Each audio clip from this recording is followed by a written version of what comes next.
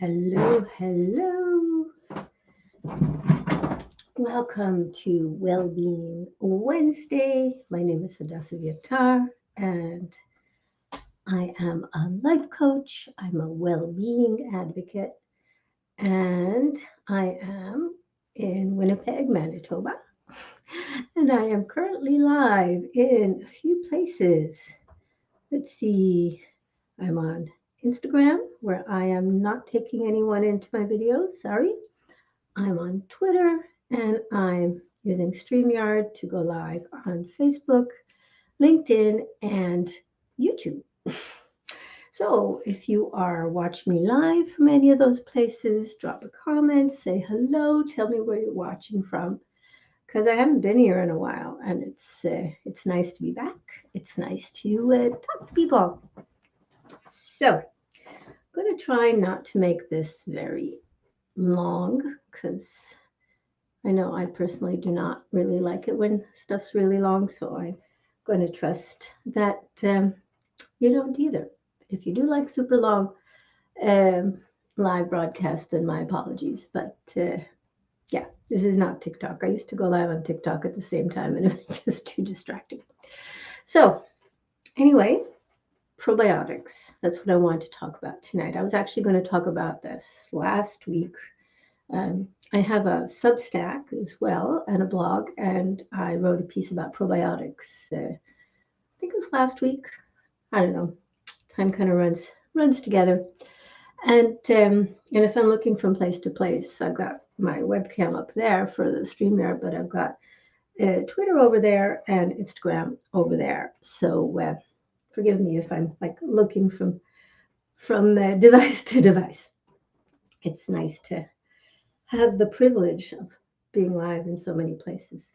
So anyway, so I was going to talk about probiotics, and then ironically, I was under the weather, probably as a result of going to a dance class where there were about 15 people in a space that was not super well ventilated. And so for whatever the reason, and I did test negative, but I was kind of not feeling well. And the teacher got sick. So who knows? Yes, I was wearing a mask, a KN95. Most people were not. So there you go. Life as it is in our current time. Love life in the time of the plague. So anyway, but here I am. I am feeling better. Thank you for asking. And I would like to talk about probiotics. So what's the deal with probiotics? So if you use probiotics and you find them useful, why don't you drop a 1 in the chat so I know that you're here and you're watching and you're cool with this. So maybe I should start by just explaining what probiotics are. I'm sure there are people who don't know what they are, although they're all over the media. You can find them in every store. And like some of them are refrigerated, some are not. It's very confusing because you look at them, there'll be like 50 million this or that, and you're like, wow, what is that all about? So here's the thing, is that probiotics are friendly bacteria. If you happen to know anything about our digestive system, in particular our gut, our colon, and our large intestine and small intestine for that matter, are filled with trillions of mostly friendly bugs. And in fact, I think we have more bacteria in our symbiotic bacteria in our body than we have actually our own cells. Try not to think too much about that. You might get squicked out. But the fact is, in order to digest our food and have our bodies perform properly, we need to have friendly bacteria living in our gut. And just like with any other pet, you have to feed them and you have to take good care of them. And what happens is that our diet is not very conducive to the health of our gut bacteria. People generally, if they are born, naturally, vaginally, they begin to colonize their own gut with their mother's vaginal bacteria. And my kids, unfortunately, were all born by a C-section, so they didn't get that. But ideally, that's the way it's supposed to work, that you start your own gut bacteria colony depending on what your mother has in her body.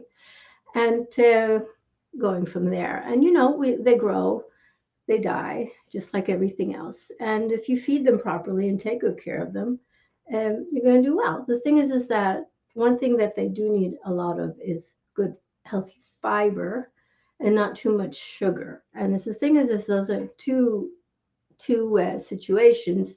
Enough healthy fiber, not too much sugar, kind of doesn't work well with our Western diet. Oh, hello. Nice to see you. Okay, so if we are, what the other thing that happens is that when we get sick, for example, I mean that didn't happen when I got sick last week, but often if we are sick with some sort of bacterial infection, like if you got like a sinus infection and your head is full of muck and you got green stuff coming out of your nose, then you have a bacterial infection and you need to do something about it. And then we take antibiotics. And the thing is that if you use, if you cut your finger and you put a topical antibiotic on it and a band-aid, it's fine because it's just like local, like if it's on your fingers or whatever, or on your legs or arms, whatever. But the point is that if you're taking antibiotics, and especially if you have kids, there might be a lot of antibiotics involved. Kids get ear infections, they get, sinus infections, and then they're taking a lot of antibiotics. And it's really, really bad for their gut. So if you can get your kids to eat yogurt, that's great. Yogurt is helpful because it has probiotics, healthy bacteria in it. But the fact remains is a lot of times we need something more than just eating yogurt. Like I actually make kefir at home. Like I got kefir grains. It's a SCOBY, a symbiotic colony of bacteria and yeast, kind of like kombucha. But this is a different kind of SCOBY, and with milk kefir, you put it in a jar, you add milk, and then you get a fermented. The milk ferments into a kind of drink that's kind of like yogurt. It's a little more tangy, and we eat that. We eat yogurt and so on. But sometimes it's just not enough, especially if, like me, you have some serious digestive issues. I've had an autoimmune digestive disease since 1987, which is probably before quite a few of you were born. So it's been a long-term thing. And about 5 years ago, I started working with a holistic nutritionist who made some changes in my diet and in supplements that I take, and really made a huge difference for me. And this is for me only, I'm not making any medical claims. For me, I've been able to not take meds for the issue that I have for the past 5 years or so. And I'm very grateful that I've been able to maintain it with lifestyle and supplements. And probiotics have been a huge part of this.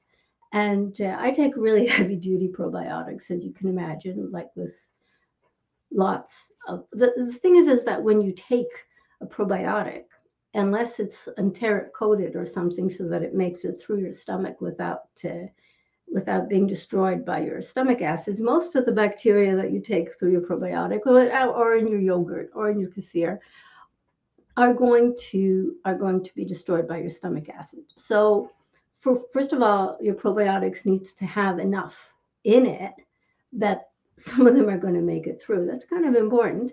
And the fact is that we do have bacteria in our lower digestive system. So it means that in any case, some of them are going to make it through. And of course, if people get sick, if they get like E. coli or whatever, they definitely make it through, unfortunately, even though your stomach acid will destroy a lot of them. But people get all sorts of nasty, nasty stuff, gut issues that goes right through their stomach, despite the defense of the acid there. So, but when you're trying to get probiotics and you're trying to get the healthy bacteria into your system, you have to take rather a lot of them, or they're just not going to make it through.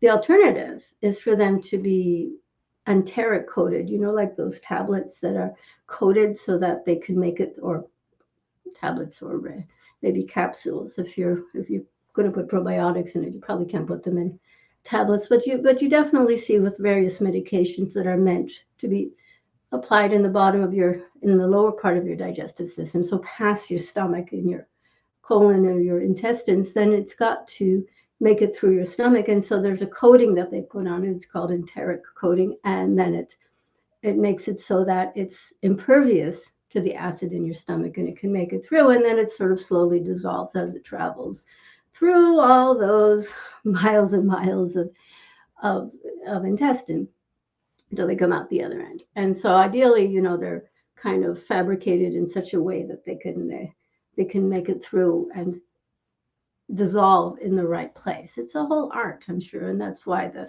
pharmacological companies charge a lot of money for this sort of thing, because they spent a lot of money to figure out how to make it work.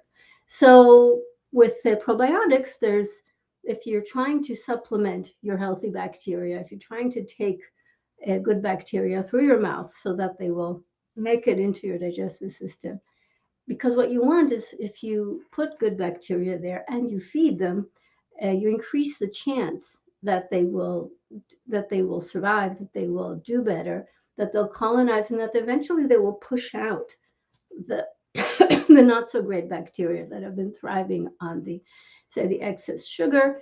And the other thing a lot of people have is candidiasis, which I think that's how you pronounce it, that they have a candida overgrowth. That is basically a fungus. And but again, it can be pushed out by having like if you put a lot of probiotics in there, they can push out the candida. It's just a matter of, they compete for resources, and if you are feeding the right ones and starving the not so good ones, and that means eat less sugar, because candida love sugar and that's also why we crave sugar, is because they want to be fed. So it's interesting, they call the gut the second brain. I've heard actually scientists call the gut the first brain. Did you know that the majority of the serotonin in our body, so like one of the feel good neurotransmitters that make us feel happy, is created mostly in the gut, and a very small amount of it is actually created in the brain. When I learned that was kind of mind blowing, if you'll excuse the expression, because it's, there's this whole class of drugs, the SSRIs, what is it? Serotonin something reuptake, I forget. But anyway, their whole purpose is to increase the amount of serotonin that your brain gets, because if you don't have enough serotonin, you will get depressed. And the majority of serotonin is actually created in your gut. Can you imagine? So that's just an incredible situation, which I might talk about another time, because I would need to do some deeper research into that to be able to show you how that works. But the point is that our gut is a really, really much more important in our hormones, in our neurotransmitters, and all of these things. We really have to take good care of our gut. I mean, there's a reason why they call it a gut feeling. When you have an intuition about something and a feeling, and your frontal lobe, your neocortex, there's a reason why it's called the neocortex. It's not that ancient. Your gut is very ancient, evolutionarily speaking. And so your gut sometimes knows things that your cerebral, your neocortex, your frontal lobes, all those rational and thinking parts that make us human, they're completely oblivious. They have no idea what's going on, but your gut knows. You know what I mean? You just get that feeling. Your gut knows. So you need to take care of your gut for many, many, many reasons. And one of the ways that I found really useful in taking care of my finicky gut has been with taking probiotics. So I would love to know what your experience has been. Look at that. I've been talking for almost 15 minutes. Amazing how that goes. What I would love to know is what your experience has been. For some reason, it's not my StreamYard doesn't really show comments very well. I don't know if it doesn't allow comments or what, because I do get them in other places. So it's not just that people don't want to talk to me.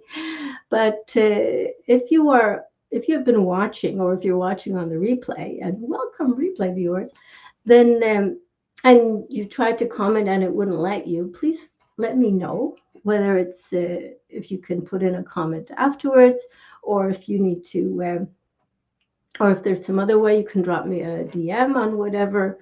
platform you happen to be seeing this.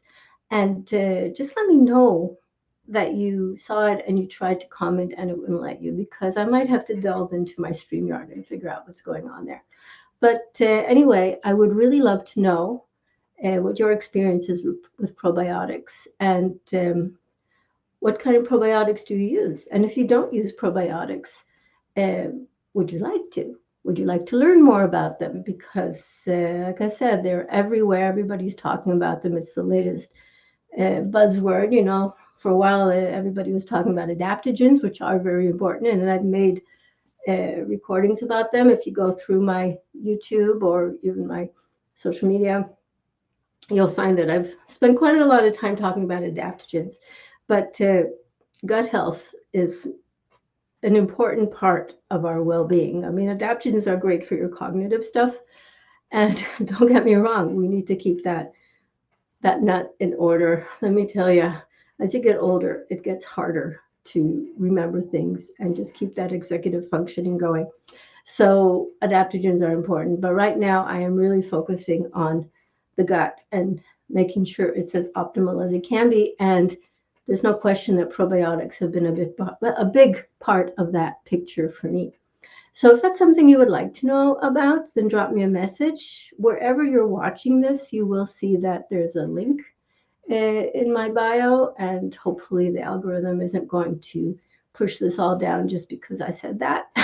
Apparently, you're not supposed to anymore. I don't know. But anyway, you can check out some of the things that I do by visiting that link, or you can just drop me a message.